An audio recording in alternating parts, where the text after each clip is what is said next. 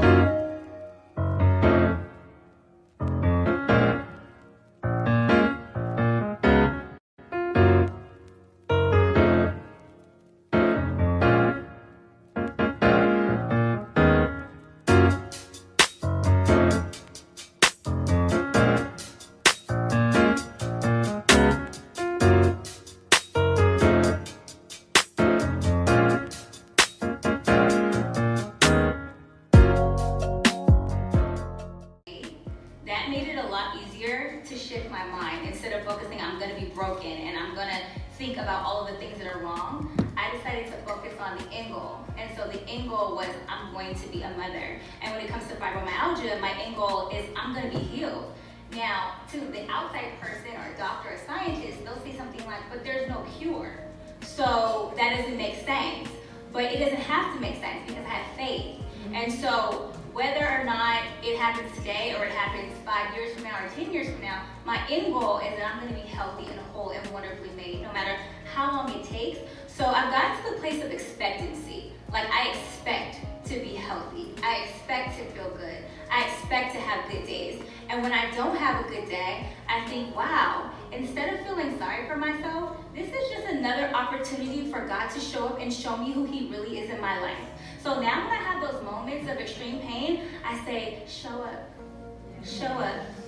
Anybody who has a chronic illness or a pain, a nerve disorder, where you're in pain all the time, you start to feel like you're normal. It's not even normal anymore. Like, you don't even remember what it feels like not to be in pain. And so I'm like, wow, I have all of these opportunities for God to show up and show me who He is in my life. So my end goal is just healing. That's my end goal, and I'm gonna have faith that that's gonna manifest itself physically because I already decided that it's happening in my mind. Awesome. That sounds a lot like the law of attraction. Yeah, like you said, what you focus on grows bigger. So if you focus on the bad is gonna keep attracting to yourself like flies. That's amazing. Thank you so much for sharing that. An employer that had taken advantage of me when I was younger, and when I got to the meeting, I sat there and I was like, wow, this is the same person who did it, not even realizing that it was me. After leaving he wanted a partner to help women, he wanted to become a sponsor for a women's event when he took advantage of me, and he was basically trying to put his name on something, to make him look good. And when I realized who he was, I was like, I'm sorry, but I have to leave, and I didn't, leave an explanation.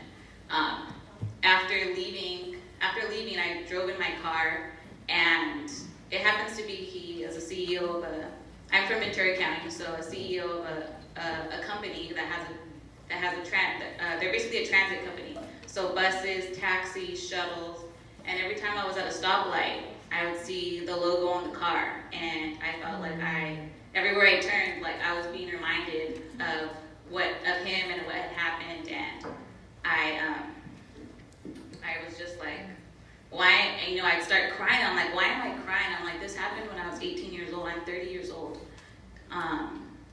And I, every day I was like, I was just crying. Every day I'm like, why am I crying? And I didn't realize that I was traumatized from what had happened. I had never dealt with it, and I didn't know how. And so I happened, in Ventura County, there's one organization that provides free counseling for women that go through like sexual abuse and domestic violence. And I felt so silly to even call because one, I have donated to this organization for years. I had partnered with them. I had a really good relationship with everybody who worked there. And I was like, am I gonna call this place and humiliate myself and let them know, like, I'm the one that's supposed to be helping people and I can't even help myself? Like, how is that gonna look for me? And so I called anonymously, and I gave them my name, and I told them they were the first people that I ever told what had happened. This was in October of last year, so right before, just a few months ago. And I called them and told them what happened, and they're like, okay, somebody will get back to you. And I'm like, okay, I guess I'll wait. And a week had passed, and I didn't have the money to, I don't know if I didn't want to invest in myself or what it was, but at the time I was like, I can't pay for this right now, so I'm gonna call this and try to get some free therapy. And nobody ever called me back, and I felt horrible because I was looking online. I'm like, okay, what programs are there out there for women who have just gotten raped or are their things are coming up now for them and they need somebody to talk to, but they don't have the funds to do it. Like, where do you go? And I Googled, and there was nothing. A month later, the organization called me back, and they're like, hey, can you come speak at an event? And I'm like, I'm sorry, but I've donated to you, I've donated my time to you, and it's to help people who are like me, and I feel so taken advantage of.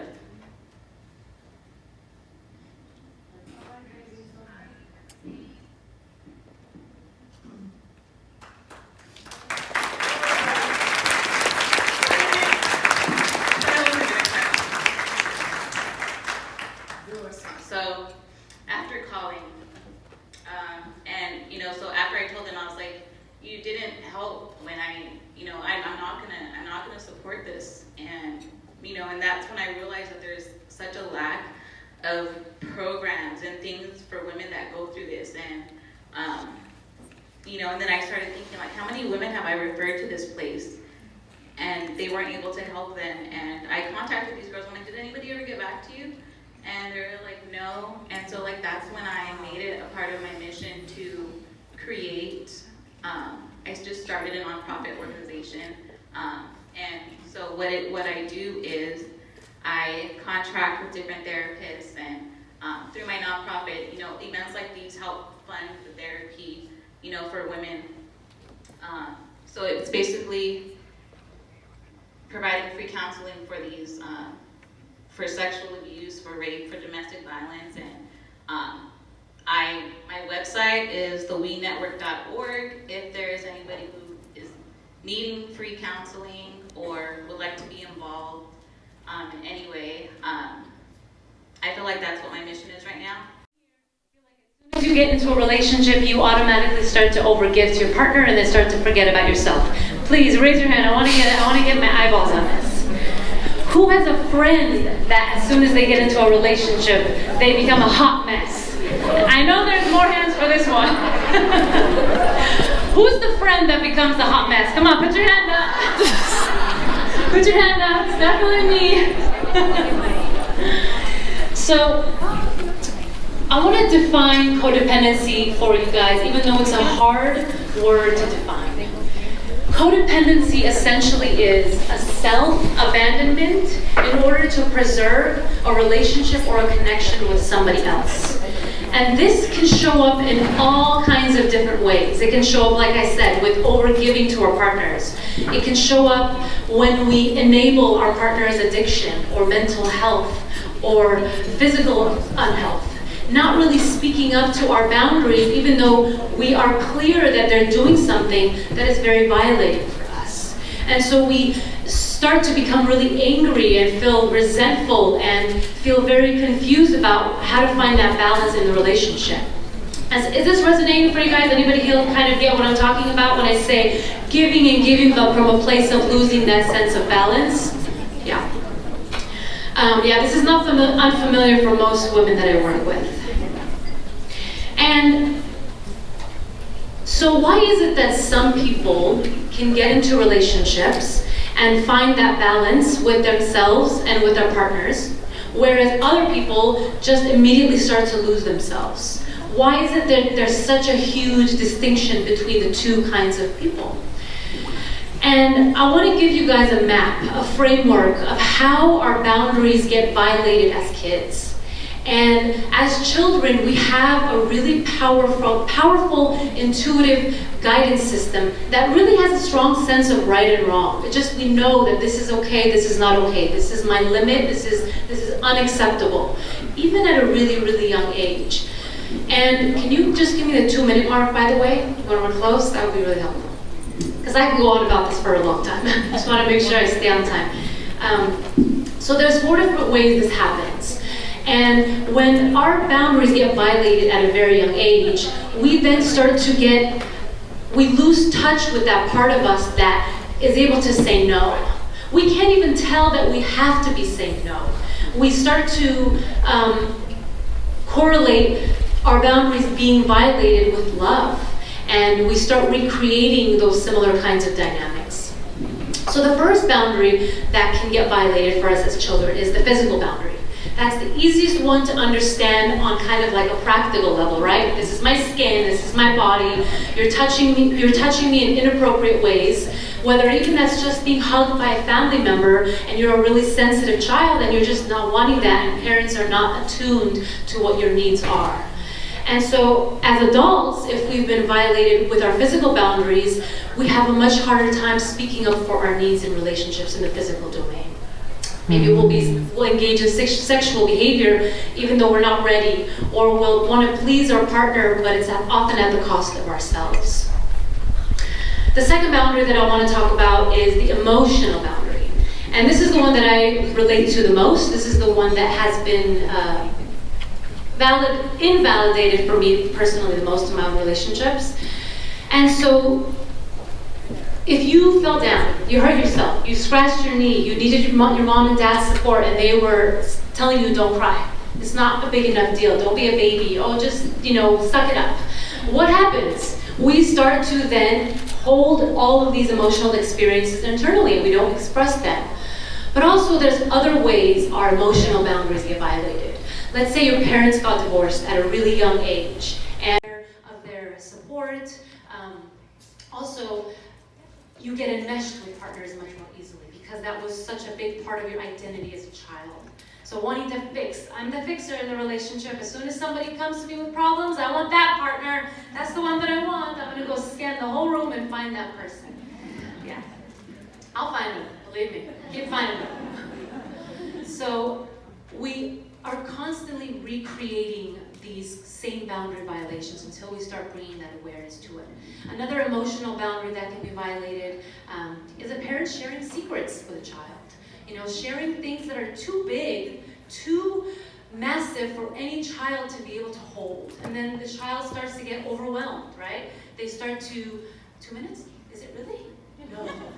Can't be. Oh my gosh, I'm gonna have to be talking really fast. Okay. Intellectual boundaries. Intellectual boundaries happen when our reality as children is not validated. Dad comes home drunk over and over again, and mom is saying dad is just, not feeling well. Nobody's validating our reality. So then we start to actually attract partners that don't validate our reality. This is what is often known as gaslighting in psychology, in the mental health community. And it's not that we are attracting this kind of person, but we don't have that awareness, and we're just recreating that same kind of dynamic. We start to lose that sense of trust in ourselves. And the last boundary that I want to talk about, this is the fastest I've ever done this, you guys, so please forgive me. I'm going to be offering my Boundaries program for free, by the way, for all of you guys here. So this will be all available. This will be all available in a much more digestible format. Is that spiritual boundary? I know there's a lot of people that are religious here, so I want to be really honoring and respectful when I speak about this. Our spiritual and religious boundaries get violated when we are forced to believe in something we're not ready to, or when terror is being used to make us believe something. But also when spiritual affirmations are used rather than giving the child the kind of comfort that they need. A child doesn't want to read a scripture when they're crying. They need mom and dad to hug them. And then, of course, using our religion, our spirituality can be absolutely so crucial, but it cannot be bypassing the emotional experience that needs to be addressed first. Yes, big one. And so there's a few tools, I'm probably over. Okay. There's a few tools that are really helpful to start to heal these boundaries. First of all is that awareness piece. Is being willing to give ourselves the validation that we are not getting from the outside. So if we're around people that are invalidating what is going on for us, making sure that we're not then doing the same thing to ourselves. And really, this is a theme that a lot of you beautiful ladies have already mentioned, being around people that are validating. If we are noticing that we're sharing our stories, or that something is hurtful, and we're setting a boundary with someone, and they're not willing to hear us, it's a huge red flag. Even though you might be really drawn to this person on an emotional level because they feel so familiar, that's when the intellect becomes a really, really powerful way to start creating a little bit more distance. And journaling. I think Jessica, you were talking about journaling. That has been a lifesaver for me, really honoring my process, even in the middle of a fight that I'm having with my partner. Now, I want to go into it. I'm like, all right, I'm just going to go and journal. And let me just take a 5-minute breather. And it's been incredibly healing to be able to validate my own experience, to then be able to share what's coming up for me. And boundaries is such a huge, huge part of this journey. And I want to acknowledge that when we first start stepping into boundaries, they're going to be ugly, okay, guys? We're going to have a lot of energy and momentum around not speaking up, not saying anything. So it's not unusual for us to start speaking them a little bit more harshly, or maybe in just really intense or aggressive ways. And that's normal, that's part of the process. And I'd rather encourage you guys to do it that way and then go back and just apologize and repair. I'm new to this. This is really hard for me. I really want to make sure that the way that I hold my boundaries with you is respectful and learning. How can you please support me with this? So yes, the Boundaries program is going to be available for all of you guys for free. This is going to be a big part of the program itself. I brought my clipboard. You guys can sign up on my email list, and I'll make sure to get that to you guys. And I wanted to spend some time answering questions, but it doesn't look like there's going to be time today. Is there a few? Yeah? Does anyone have any questions on boundaries or codependency or relationships? We got 3 questions, so y'all better. 3 questions! No questions. It's a big topic, I know. Question? Yes, hi. How do you begin that conversation? Do you think it's important to have a facilitator or a therapist present? Or do you feel like it's okay to have that conversation initially about boundaries? Or you think it's helpful to have a facilitator? You mean when you start setting boundaries? Yes. Beautiful. With the person you're in a relationship. So if this is an intimate partner? Yes. Yes, beautiful question.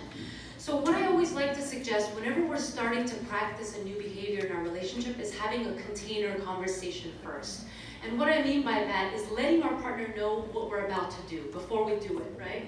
I think, again, Jessica, you talked about getting that permission piece first. So letting them know, you know, I'm realizing I've been doing a lot of work on myself, and I'm noticing that there's some things I haven't been really honest with myself about.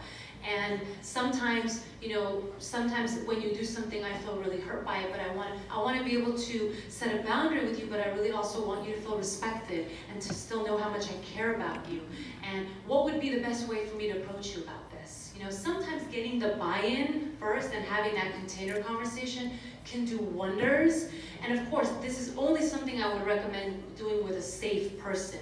You know, I wouldn't recommend doing this with somebody that you've only had 3 conversations with and, you know, that you don't really have that trust or safety with. And always encouraging you guys to start that practice of boundaries with people that you have some kind of solid relationship with. Yeah. Is that helpful? Okay. Any other questions? I think spending the day here together is such a huge investment. And the more you do it, the more, not that you become obsessed, but the more you become so you honor that feeling of like, I gotta continue empowering myself. And one of the things I think the last panelist talked about is about creating that support system amongst us. And for me, you know, this whole journey, it just started with myself. You know, my background is in marketing, and so oddly enough, you know, when I started working, when I became a single mom, I realized that I didn't have any friends. Reason being is that I got married really young, and so when you start creating this crazy lifestyle of being a mom and a wife and everything else, you kind of lose sight of friends, right? Because you no longer connect. And so I was focused on building a family for 10 years. And so when I became a single mom, I was still really young. I was, you know, I already had 3 kids. I was 29 years old when I decided to divorce. I was a young girl, but I had no friends. I had a wonderful family that supported me, but that's great, but we need our girl tribe, right? And so I felt so alone. And I said, you know what? I know I'm a mom, and I love being a mom, but I know there's more to me. I feel it in my heart that there's a purpose beyond what I'm creating, what I'm doing for myself. And one of the things was getting to know me, discovering who is Delfina? What is Delfina like? What does she want? What is she here to create outside of being a mother, which I'm very proud of? But I knew there was more. So with that, it's attending conferences like this, right? Connecting with beautiful women that like, oh, we connect, we get each other. And just building those solid relationships and allowing those doors to open up to discover the true purpose within yourself. So every time that I come to these conferences, not only to speak, but to see all of you, it's like, yes, yes. Because if you haven't found it, not only through your body transformation, but your career, your life, whatever that is, you're going to find it. And I'm telling you because I have done that for myself. I've been on this journey for 6 years. And now somehow, crazy enough, I got into health and wellness. I love fitness. I love empowerment. And so, you know, I'm in Riverside, I live in Empire, and I would come to LA all the time to get empowered, to connect with women like you. And I said, you know what? My community also needs this. So not only did I open a gym to empower women to create the best version of themselves, but I'm also now creating events like this in my community. Why? Because it started with someone's mission and vision to create something amazing, and now I'm doing it in my community. But because it was women like you that gave me the courage and the strength to say, si se puede, we can do this, right? Regardless of your background, regardless of your color, where you came from. And your struggles will build that strength to develop and create whatever you want. And so my mission and vision is to really just share my story, because the power of our stories are so amazing, not only for your healing, for your growth, but so others can really spread their wing and also soar. So that's my awesome. Years ago, I became a homeowner, and that was one of my reasons why I became an entrepreneur, because I said, you know, I'm going to do this for them, and I'm going to do this on my own, not to disempower my partner that I want in my life, but to say, to share to my children, like, su madre puede. You You know, that their mother can do whatever she puts her mind into for them. And so early in the morning, I'm in my house, I'm present, and I thank God for this beautiful little casita, this little home that we've built with so much love. And it's quiet, I hear the birds, I hear my dog, my boys are still sleeping. That's what connects to my why and my fire. Like, let's get up, let's go at it, let's do it again. So, my tip to you is like, what is your why? If you don't have any children, you don't have to have children. But there's something in you that fires you up, find that. And that will get you through anything. Awesome. Thank you so much. So guys, the root cause of all disease and disorder in the body is from the inability to eliminate properly. So our bodies have this ability to regenerate themselves, and that goes for all of our organs. Most of us are familiar with the liver regenerating itself on the regular, and that's how we raise our tolerances. But actually, all of our cells and all of our organs regenerate themselves, including nervous tissue. And in order for that to happen, we need to have clear pathways. And so healing and regeneration does not happen when the body is filled with toxic waste. And so essentially what I'm teaching and what I coach people through is learning how to clear their pathways so that they can eliminate efficiently, and the body has the ability to heal themselves of anything. Because what happens is when we begin to retain waste in our bodies, let's say our bladders are backed up, let's say our kidneys are backed up, our colon is a big one, and this is why cancer is so prevalent in people with colon issues. When we cannot eliminate properly, our pathways begin to be backed up. And when we back up the pathways, such as maybe our sewer system in our bodies, our lymphatic system, then what happens is the waste stays in that organ. So let's say you're a smoker, or and you're retaining that tar and you're retaining that waste in your lungs. Well, in order for your lungs to heal, you need to be able to get that out. But if the pathways to allow the waste to come out are blocked, are thickened with things like mucus, thickened with things like bacteria, and all types of waste, then it's going to end up being retained. And when waste is retained in your organs, that is the beginning of mutation. That is the beginning of disease, when your body is then in a state of dis-ease. And so the key to detoxification and healing ultimately is clearing that pathway so that you do have the ability to then regenerate yourself. And you'll see that in time. Went out there and I started creating a support system for them, support groups in English and in Spanish, because I was getting a lot of moms who were attending bilingual services, but they're like, the message doesn't get conveyed clearly. I walk out still feeling like I haven't been heard. Also, seeing another woman of color across the couch for them was what they were asking for. And I remember getting a lot of stories of, this gringa doesn't get me. This white woman doesn't understand. And I'm like, I get it. I get it, because you now have to go back and explain every single thing you have been facing, your trauma, your mom's trauma, your grandmother's trauma. And also, how do we talk to our own mothers about that, right? How do we say, hey mom, I get it that you had it harder, but just validate that I'm having a hard day. My mom is right there, and we've had this conversation on a regular about, it's not about competition, it's not about you had it harder, I have it harder, it's just about opening up space for us to say, today is a bad day. And I love my kid to death. You brought me to tears when you were talking about your wives, because he is my wife. But just some days as a mom, it's like, I Dios mío, like, please don't, I don't want to hear you call me mommy. Just for like 1 minute. Just for 1 minute, don't call me mommy, because I just want to regroup. I just want to feel like I'm someone else besides mom. So I remember thinking, I've got all this education. What else can I do with my life? I felt a sense of loss.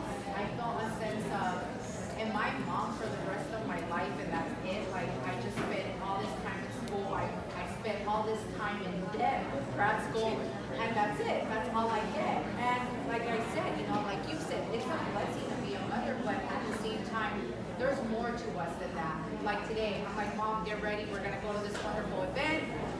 Son, you get to spend time with Dad because I need my space, my time to regroup, and these events bring us together, and we realize, you know what, it is important for us to carve out that time if we're moms.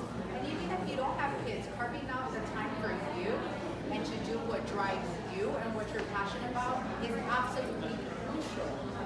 Because my biggest motto in my practice is a healthy mama is a healthy family.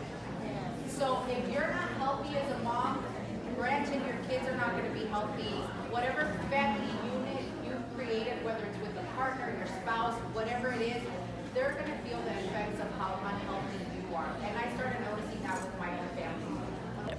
My last few words about that event would be, it was a great event. I really appreciated all the women that were there and all the valuable information they shared. I really hope that everybody enjoyed all the information they provided, all the tips, all the stories that could hopefully inspire other individuals, whether you're a male or a female, or you don't identify with neither. I really hope that this video was helpful. I was high on life after that. I loved the community aspect. I loved how I just loved the whole event in general. I had a blast. I met a lot of people. I met a lot of businesses around my area, and I'm super happy to support those businesses and what they're trying to do and provide to the community. So I realized that I didn't even really give like a proper rating. But on a scale to 1 to 10, I give this event a 9. And the reason why I give, my laundry, life. The reason why I give it a 9 is because I thought that the panelists provided really, really valuable information, and I would definitely recommend this event for someone who is thinking about like maybe seeking therapy or thinking about taking a different route with like mental health, and just like educating yourself on different areas as to how or what direction you want to take to improve your health overall, whether it's mental or physical.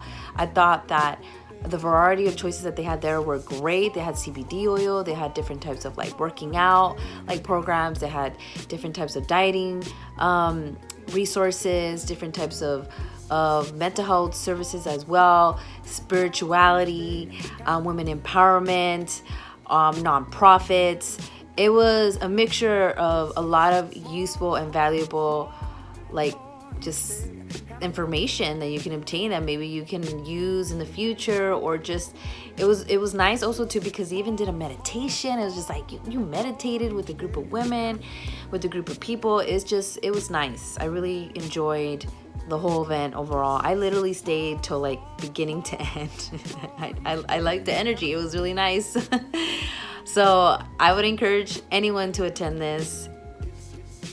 I would. I'll talk to you guys in my next video. Please do not forget to subscribe if you're new to my channel. Poke that video. Poke that button if you like this video.